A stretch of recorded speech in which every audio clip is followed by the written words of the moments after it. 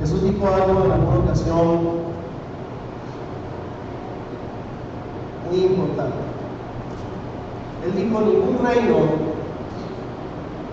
dividido, ninguna casa dividida contra sí misma puede prevalecer, puede existir, puede mantenerse. Ninguna casa, ningún reino, ninguna familia dividida puede permanecer. Y esto Jesús lo dice en ese contexto cuando lo acusaban de echar fuera demonios por el príncipe de los demonios. Jesús dice: esto es una irracionalidad. No puede Satanás echar fuera a Satanás, porque un reino dividido contra sí mismo no puede permanecer. Si Satanás estuviera dividido contra sí mismo, no viéramos ustedes y yo los pecados, las maldades y las crisis que se viven en nuestro mundo, en nuestras familias, en la sociedad en la que estamos. Si él estuviera dividido, no generaría tan perversos y tan crueles efectos en la sociedad. Sin embargo, Satanás está muy unido, muy organizado. Dice la Biblia en Efesios que nuestra lucha no es contra personas, contra seres humanos, sino contra principados, potestades, gobernadores. Y si ustedes se dan cuenta, hay un orden jerárquico ahí, hay una organización perfecta, generales, tenientes, comandantes, en fin, hay una jerarquía muy bien definida.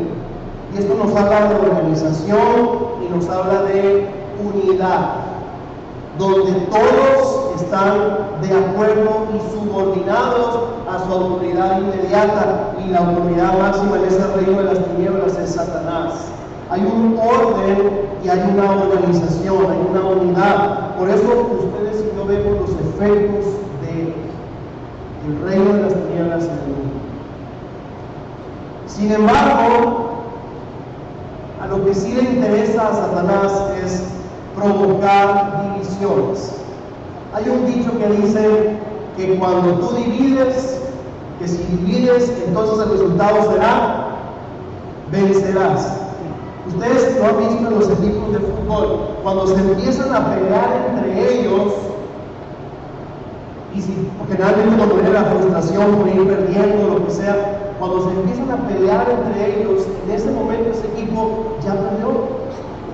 Pero hemos visto también grandes remontadas, grandes hazañas donde hay equipos que, aunque iban perdiendo por mucho, se unieron, se mentalizaron y pudieron salir adelante y ganar. Esa es la diferencia entre la división y la unidad. Y Satanás es experto en dividir. ¿Se acuerdan que en alguna ocasión uno de los problemas que enfrentó Jesús con sus discípulos era los pleitos y las discusiones que había entre ellos para saber quién era el mayor? ¿Quién era el mayor? ¿Quién era el que iba a mandarlos a todos? ¿Quién era el que iba a dar órdenes a todos?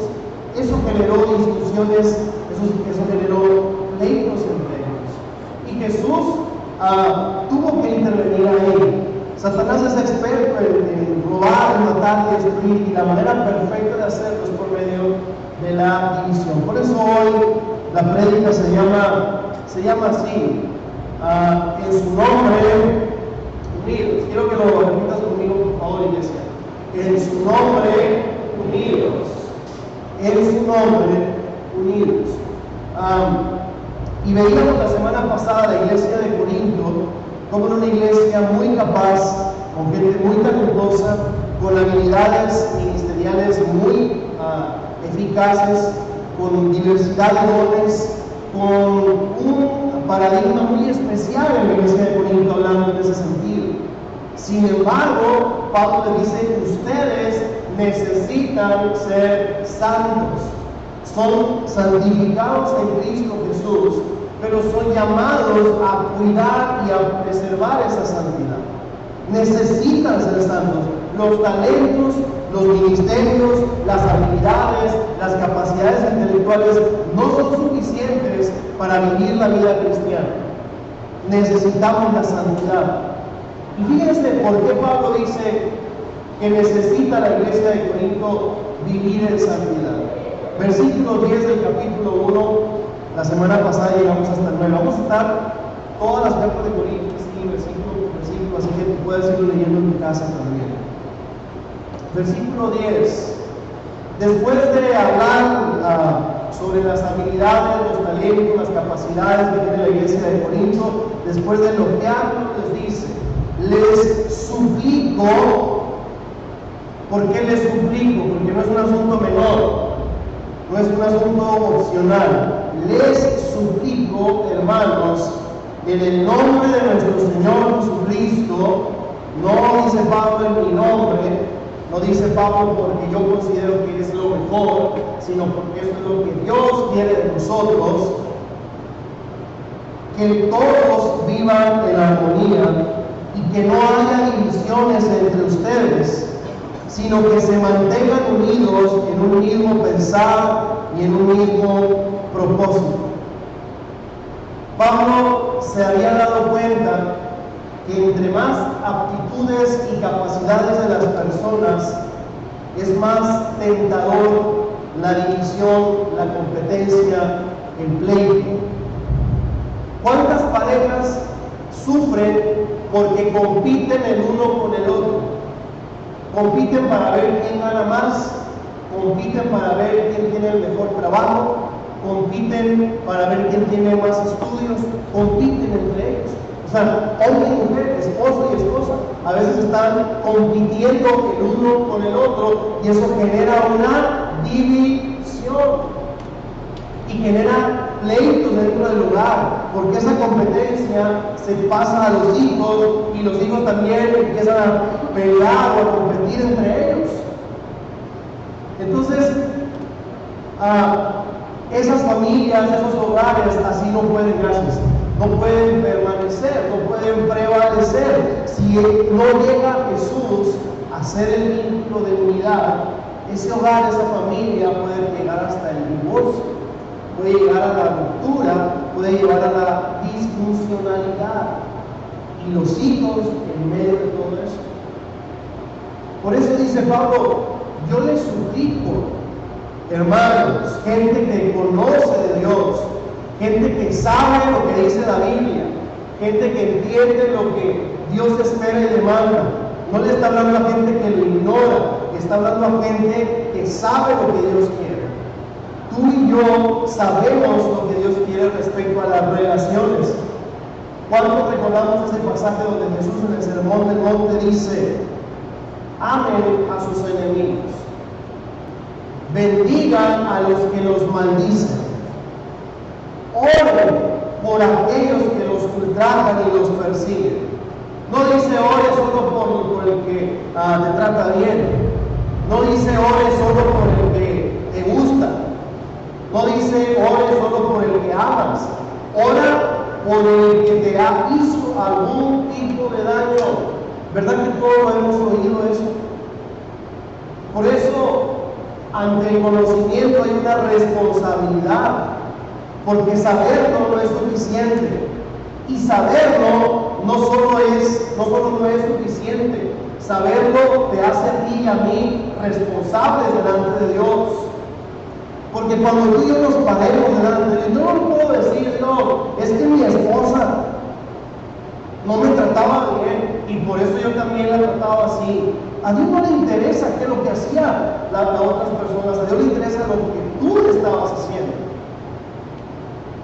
Les ruego, dice Pablo, que todos vivan en armonía y que no haya divisiones entre ustedes. Efesios 4:13, si me lo pones, David, por favor. Fíjense lo que dice Pablo ahí. Efesios capítulo 4, versículo 13. Efesios 4, versículo 13.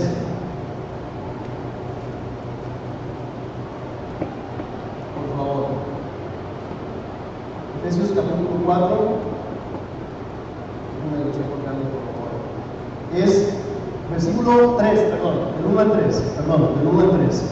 Dice: por eso, versículo del 1 al 3, por eso yo, que estoy preso por la causa del Señor, les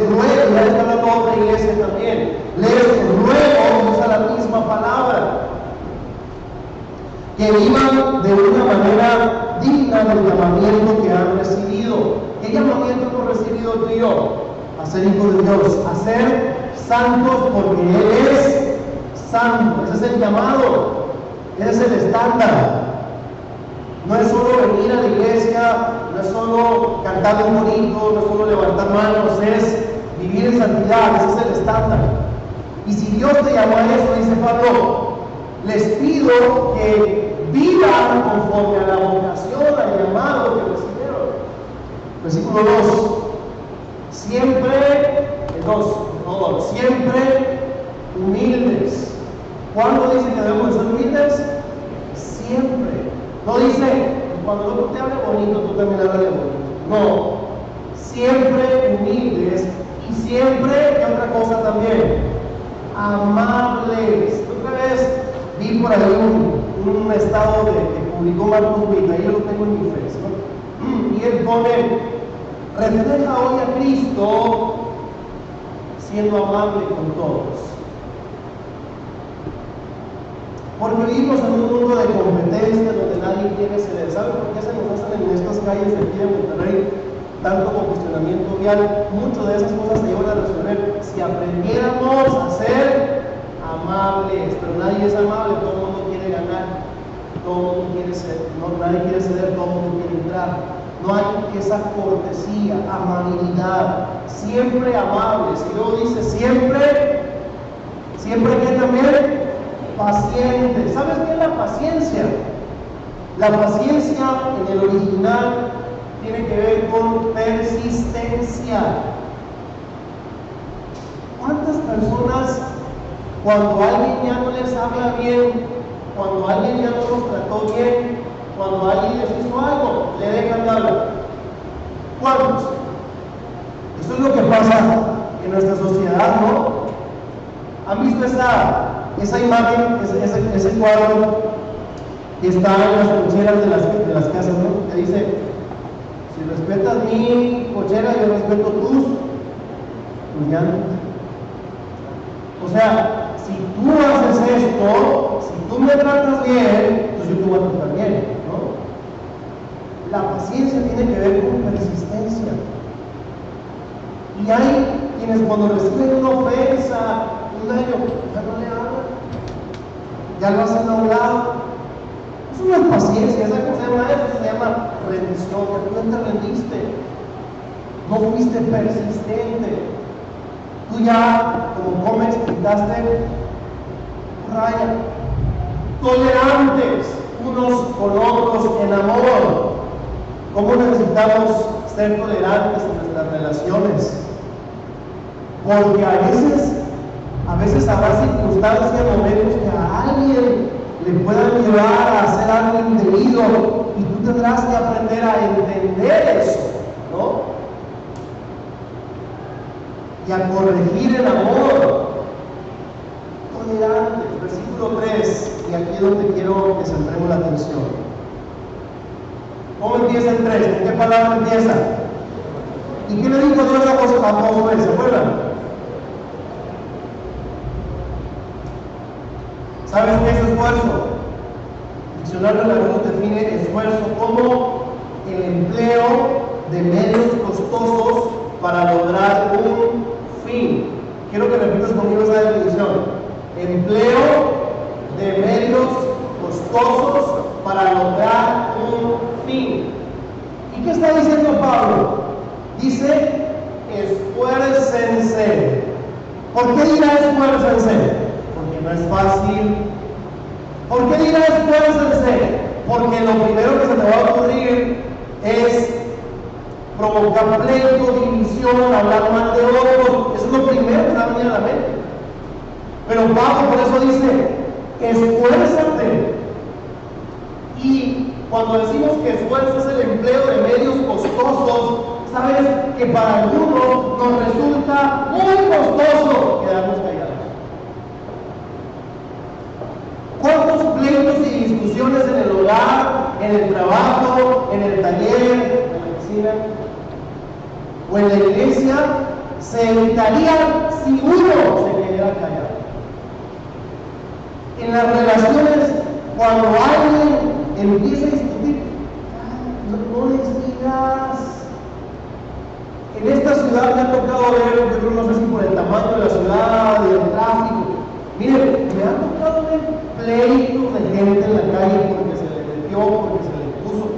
Una vez estábamos ahí esperando que entrara Elisa cuando estaba en el kinder, estábamos ahí estacionados, y porque llegó un señor a estacionarse frente de nosotros, fue a dejar a su hijo o a su hija, no me acuerdo si era niño o niña.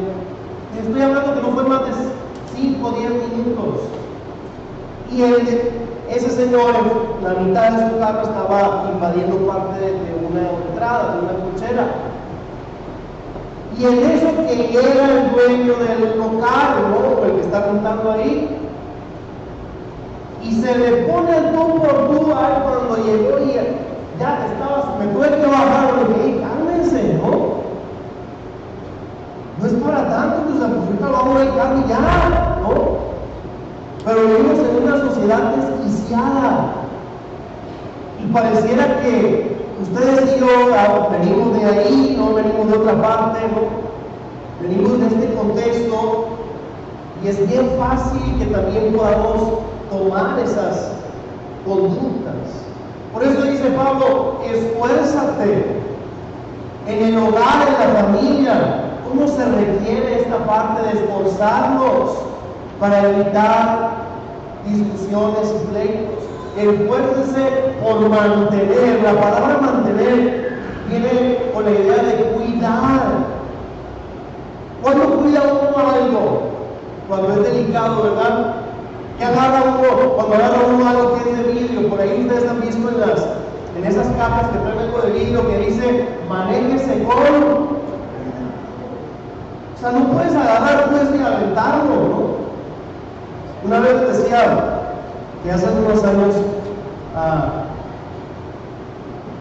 en el bolsillo estábamos moviendo cosas acá para limpiarnos.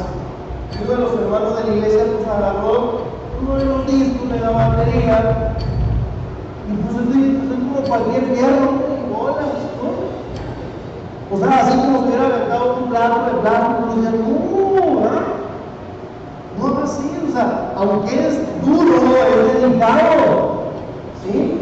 Lo tienes que tratar con cuidado al momento de moverlo, no es aventarlo así como cualquier fierro que sea, ¿no? Aventarlo allá a vestirlo. Y sabes que así es la unidad. Por eso dice Pablo, esfuércese por cuidarla, por mantenerla, porque cuesta mucho y es bien fácil que se desquebraje.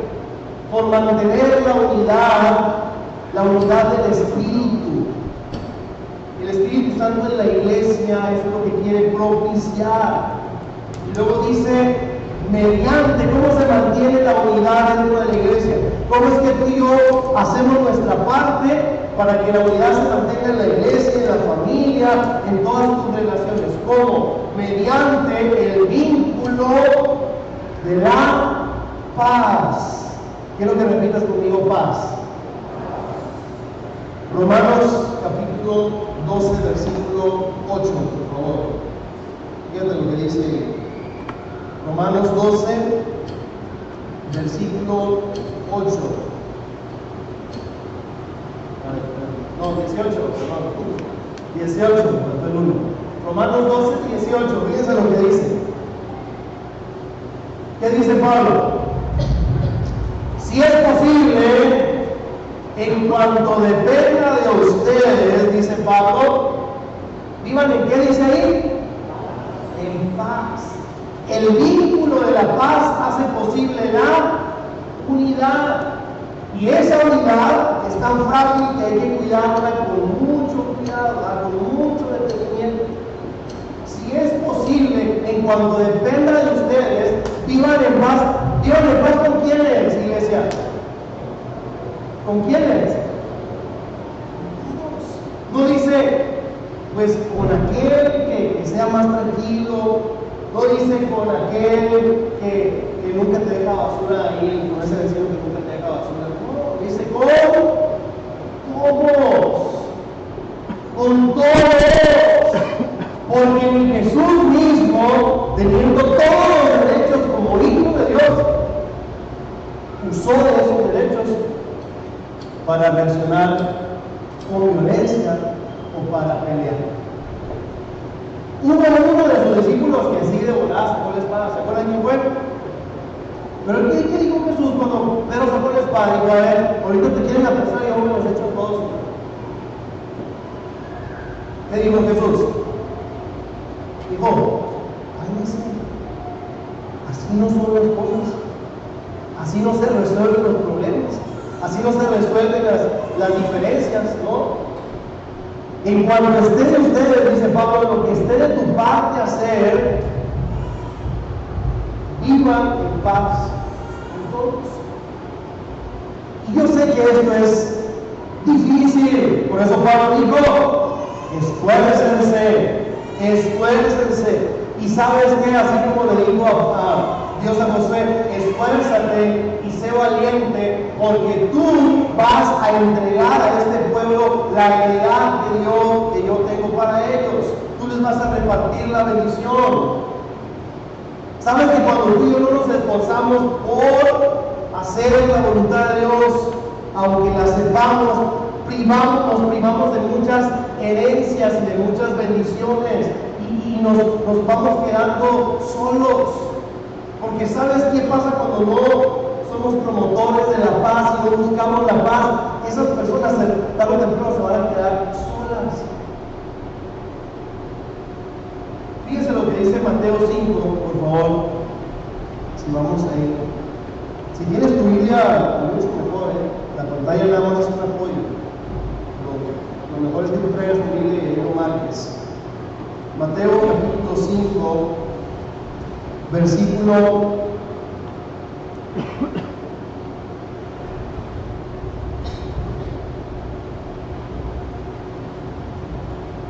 9. Mateo 5:9. ¿Qué dice? Fíjate lo que dice ahí, Mateo 5:9. Dichosos los que trabajan, ¿por qué dice ahí? No dice: qué abusado ese que amarró navajas, ¿no? Porque hay personas que le gusta nada amarrando navajas, ¿no? Gente que le gusta: fíjate, fulanito hizo esto y así, y te hizo esto y bolas, ¿no? Ahí está Dios. ¿Usted cree que va a estar Jesús ahí diciendo: así va? Qué bonita plata. Nos decía el profesor José Rodríguez en el seminario, porque nos veía platicar en los pasillos ahí de la escuela, y decía él: yo me imagino que, porque a todos nos decían los santos, ¿no? Yo creo que no todos éramos santos, ¿verdad? Pero sí nos decía los santos. Yo creo que era uno de esos. Yo imagino a los santos platicando y diciendo: ¿dónde están ustedes? Y Jesús ahí en medio de ustedes en la plática. Digo Jesús, y lo vimos el viernes: donde están 2 o 3 reunidos en mí, yo estoy ahí en medio de. Y cuando hablamos de la iglesia, cuando hablamos de la familia, estamos hablando de 2 instituciones que Dios creó. Y cuando estamos en torno, reunidos a eso, Jesús está ahí, y Él está oyendo, y Él está viendo. Por eso dijo Jesús: dichosos los que trabajan por la paz. Hay quienes piensan que contándole a todo el mundo se van a sentir mejor. No, le echas más limón a la herida. Bienaventurados, dice la versión 60, los pacificadores. No los que andan hablando mal uno de otro, ¿verdad? No el que descalifica a su hermano, a su esposo, a su esposa, a sus hijos, a sus papás, a su patrón en el trabajo, a sus compañeros de la escuela. ¿Saben que mi esposa tiene una compañera de la escuela que es lesbiana? Y tiene su novio, o su novio, no sé qué sea, pero tiene su pareja. Y mi esposa ya me había dicho en alguna ocasión, ¿no? Entonces cuando iba yo con ella en el diplomado, ahí está. ahí estaba él. Y en este mundo donde somos muy crueles los seres humanos, tenemos que aprender a amar al pecador y aborrecer solo el pecado, no a la gente, no a las personas. Acuérdense, los que vimos el día de la verdad, y fui a la vista también esa película Cuarto de Guerra. El problema por lo que no se solucionaban las cosas en esa familia era porque la esposa se estaba peleando con su esposo. Hasta que una señora le dice: tu verdadero enemigo no es él. Por eso estás peleando la batalla equivocada. Por eso no ganas.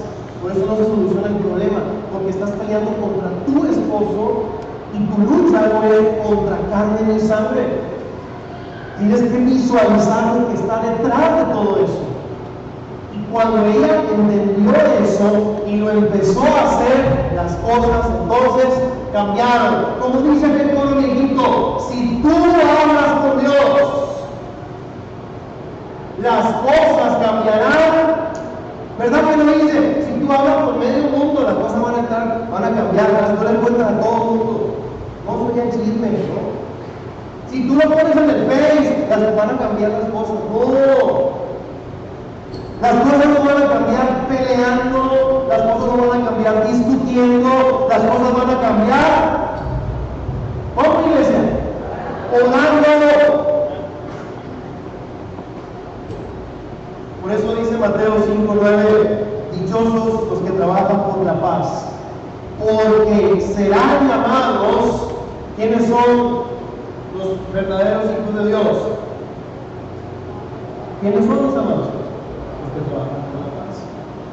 Y él dijo Jesús: por sus frutos los vas a conocer, te vas a dar cuenta, ¿no? Si a ti te cuesta trabajo fomentar la paz, vivir en paz con todos, tienes que preguntarte: Señor, yo necesito ir a tus pies, ¿no? Yo necesito que tú me transformes, porque esto no es ser un hijo de Dios. Yo no puedo decir soy hijo de Dios si en vez de fomentar la paz fomento el pleito, la discusión, fomento la división. No puedo decir que soy hijo de Dios así. Esa no es la vocación, ese no es el llamado, eso no es vivir en santidad. Y las relaciones humanas son tan complicadas. En la familia, en el trabajo, en la escuela, en la iglesia, en todas partes donde el ser humano está metido, es complicada la relaciones. Y entre más grande es el grupo, las relaciones se vuelven más complejas. Se vuelven más complejas, ¿no? Cuando la iglesia de Jerusalén estaban ellos solitos como los tomatitos contentitos, ¿qué dice la Biblia? Todos, unidad, todo el mundo traía sus cosas, las mentiras, las repartieron, todo estaba bien padre. Pero cuando la iglesia empezó a crecer y luego de Jerusalén se fue a Antioquía, en el norte, empezó a haber las primeras fricciones.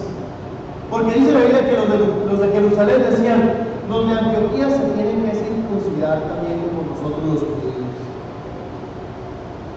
Y eso generó una discusión, ¿no? Cuando digo discusión no me refiero a pleito, sino me refiero a un debate, ¿no? Generó una tensión dentro de la iglesia, porque unos decían no, otros decían sí, hasta que allá en Hechos capítulo 15, años 50 después de Cristo, se hace la primera asamblea, el primer concilio de la iglesia, y se discute el tema de la circuncisión.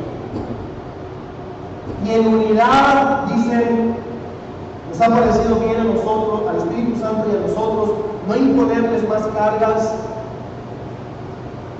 porque este es un asunto más cultural, ¿no? La cuestión de la circuncisión. ¿Y sabe qué sucedió con eso? Que la iglesia siguió creciendo y creciendo. Pero cada uno supo poner su parte. En Juan 17, Jesús hizo una oración, la más especial que podemos leer en la historia del cristianismo. Jesús oraba y oró por su iglesia, oró por sus discípulos, y repetidas ocasiones, 5 o 6 veces, Jesús repite la misma frase: que sean uno. Porque Jesús sabe lo complejo de las relaciones humanas, porque Dios sabe que a Satanás la mejor manera de infiltrarse y de destruir es provocando divisiones. Por eso Jesús oraba: Padre, que sean uno. Pero también no es una cuestión solo de que te sientas bien al ser uno, sino también en Jesús para que el mundo crea. ¿Sabes que tú y yo como iglesia estamos luchando, buscando ese crecimiento para que muchas familias de esta ciudad conozcan a Jesús por medio de nosotros? Pero un requisito fundamental es la unidad. Y tú y yo, o escogemos ser parte de ello, o escogemos ser instrumentos de Satanás. Pablo en Romanos capítulo 7, si me lo ponen por favor. Ahorita te digo el versículo, y si tienes, te repito, si tienes Biblia, ve conmigo ahí. Romanos capítulo 7.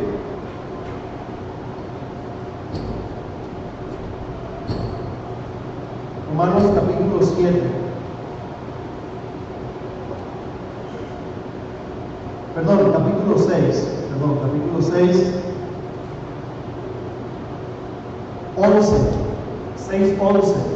Romanos 6:11. Fíjense lo que dice Pablo. De la misma manera, también ustedes considérense muertos al pecado, pero vivos para Dios en Cristo Jesús.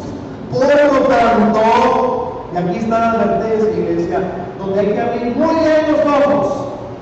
Por lo tanto, no permitan ustedes que el pecado reine en su cuerpo mortal, ni obedezcan a sus malos deseos.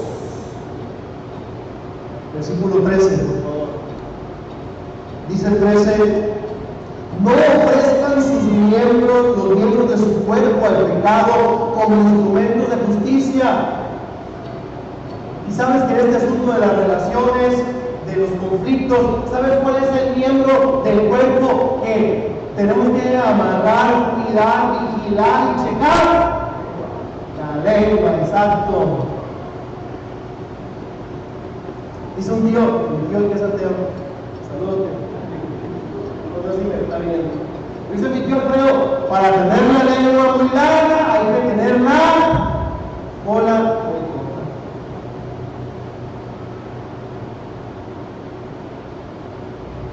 No ofrezcan sus miembros de su cuerpo al pecado. O sea, aguas con la lengua, ¿no? Santiago dice que es como un pequeño fuego la lengua que puede incendiar todo un bosque. Y que el que puede dominar su lengua puede refrenar entonces todo su cuerpo. Lo que ves, lo que oyes, lo que haces, todo radica en la lengua. Porque Jesús dijo: de la abundancia de tú, habla tú. Porque no contamina al hombre lo que entra, sino lo que sale, lo que hablamos. Por eso dice Pablo: abusado por los miembros de tu cuerpo, especialmente la lengua. Al contrario, dice Pablo, ofrézcanse más bien a Dios como quienes han vuelto de la muerte a la vida, presentando los miembros de su cuerpo como instrumentos de justicia. Marcelo está diciendo amén a todo. Va a ser un pacificador.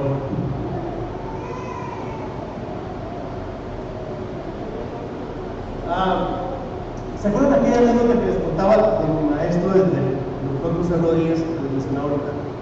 Dice: cuando yo era pastor, él empezó a pastorear por ahí en 1940. 45, ¿no? Yo estaba joven, dice, tenía unos 22, 23 años, pero no tiene como 85, ¿no? Aquella anécdota, o aquella experiencia, no había tanto anécdota, una experiencia donde hubo una fiesta en la iglesia y una hermanita llegó con su olla de chocolate, ¿sí? Y llegó otra después, ¿no? Y probó el chocolate de esas hermanitas, de esas personas que cuidado con la lengua, ¿no? Y probó el chocolate y dijo, ay, ay, ay, ¿no? Aquí donde está el asunto. Dijo, ¿quién hizo esta cochinada? Y agarró la olla y la rompió por el fregadero.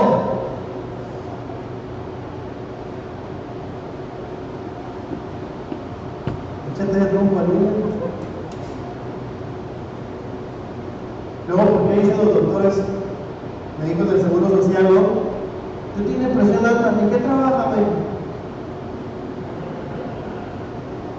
Imagínense, ¿no? Ese tipo de cosas. Y dice el hermano Rodríguez, que se me ocurrió decirle fue, hermana, usted necesita traer su lengua a la cara.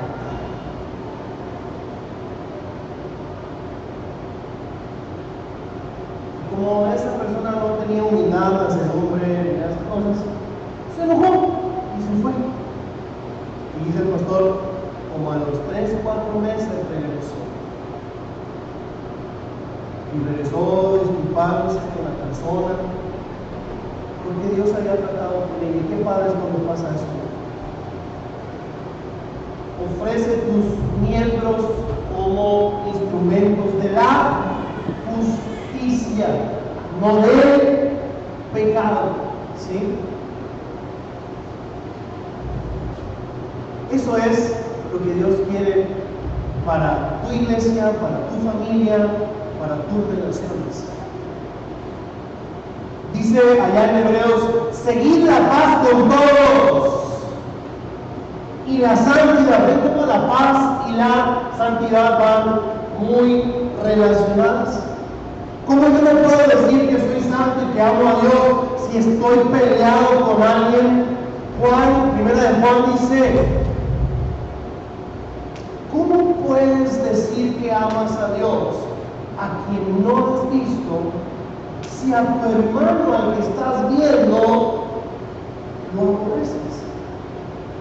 Es una contradicción. O sea, cuando tú leías ese canto, Cristo yo te amo, yo voy a decir, eres un mentiroso.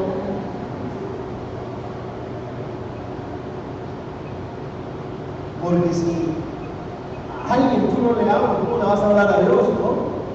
Si Él ama a todos, dijo Jesús, cuando Él decía, amen a sus enemigos, bendigan a los que los maldigan, dice, para que sean hijos de nuestro Padre que está en los cielos. ¿Y qué hace nuestro Padre que está en los cielos? Hace salir su sol sobre buenos y malos, y hace llover sobre justos e injustos. Eso es lo que nos revela como hijos de Dios. Hoy es el tiempo donde es necesario retomar esta situación y que podamos decir, como dice, hay un canto viejito que se llama así, ¿se acuerdan? Y hoy será el tiempo de perdonar, de pedir perdón, de sanar tus relaciones, porque Jesús dijo algo también muy importante. Él dijo, cuando tú vienes al altar, y no me refiero a venir aquí necesariamente, ¿no? O sea, cuando tú te acercas a Dios, si te acuerdas, y sabes que el Espíritu Santo va a ser fiel en estártelo diciendo, si te acuerdas que tu hermano tiene algo contra ti, o tú tienes algo en contra de una persona, digo, Jesús, no adores así. Ven, deja aquí tu ofrenda mientras. Ve y reconcíliate reconcíliate con tu hermano, y entonces ahora sí ve y preséntate. Porque no le puedes decir a Dios, perdona mis pecados, como dice el Padre nuestro, y perdónanos, así como también nosotros perdonamos a los que nos ofenden. Y Dios va a usar esa medida. Por eso dijo Jesús, con la medida con la que tú mides, entonces tú también serás. Y cuando Jesús dijo en aquella parábola de los dos deudores, uno debía una cantidad estratosférica que no se la podía pagar al dueño. Y el dueño dijo, vengan a su esposa, vengan a sus hijos, vengan a sus cosas para cobrarme algo de perdido. Y aquel hombre decía, no, ten piedad de mí, que te lo voy a pagar. Dice la Biblia que el Señor, el dueño, el patrón, le dijo, está bien, te lo perdono. Pero después ese hombre sale y se encuentra uno de sus subordinados que le debía una cantidad ínfima a comparación de lo que él le debía al patrón. Y dice la Biblia que este hombre se continuó a sus subordinados y dijo, págame, no tengo, págame, no tengo, ténganlo, tengo sus cosas, denme todo para que usted me pague. Y cuando el dueño, el Señor, se entera de lo que este hombre ha hecho, lo manda a traer y le dice, ¿qué no tuvo misericordia yo de ti? ¿Qué no te perdoné la deuda? ¿Por qué no hiciste tú también lo mismo? Deberías haber hecho lo mismo que yo hice contigo. Ahora sí, llámame a los verdugos y métalo a la cárcel y no vas a salir de ahí hasta que pagues lo último que me debes. Hay personas aprisionadas, encarceladas en sus sentimientos, en sus emociones, en sus relaciones, porque no han perdonado. Pero hoy, iglesia, tus relaciones, mis relaciones, tienen que sanar en el nombre de Jesús. Hoy es un día de libertad, iglesia, para ti. Hoy es un día donde tú decides si sigues cargando con eso o se lo entregas a Dios. Y poder decir, como dijo Jesús, quien con todo su derecho tenía él dijo a Pedro, pero ni Pedro le dice, ¿qué no sabes que yo le puedo pedir a mi Padre que me mande una legión de ángeles y acabe con todos? ¿No sabes tú eso? ¿Y qué dijo Jesús? ¿Qué dijo Jesús? Él no usó su derecho de pedir legiones de ángeles. Jesús dijo, Padre, cuando fue la oración de Jesús, no dijo, Padre, mándame unas 3 legiones para matar a todos estos que me están haciendo daño. No, él dijo, Padre, perdónalos, porque no saben lo que están haciendo. Filipenses capítulo 2 dice, haya pues en vosotros este mismo sentir que hubo en Cristo Jesús. Pensemos igual que Jesús. ¿Cómo están tus relaciones? ¿Piensas seguir cargando con esa losa y en tu casa seguir cargando con lo mismo? ¿Piensas dejar eso a Dios y que Él levante esa pesada losa que trae sobre ti? Abra las puertas de la prisión en la que tú te has metido y entonces puedas decir, soy libre. ¿Están listos para hacerlo, iglesia? Yo voy a hacer. Esta semana voy a hacer algo. Este vamos a hacer algo esta semana. Que queremos sanar nuestras relaciones con otras personas. Queremos hacerlo. La solución está en discutir o en pelear. La solución está en amar y perdonar. En tu familia, ¿cómo están tus relaciones? ¿Cómo están? Y por último, siempre digo, especialmente si tú tienes un ministerio, si tú te paras en esta plataforma al frente, si tú te paras al frente de los niños, si tú te paras al frente de una célula, si tú te paras al frente de cualquier ministerio, no puedes hacerlo si no has resuelto tus relaciones. ¿con qué cara le vas a cantar a Dios? ¿Con qué cara vas a hablar del amor de Dios? Si no puedes ver a su cara. Si no puedes ver a su cara. Abusado de eso, la iglesia no te carrea más maldición. Vamos a poner ese canto que dice, unidos.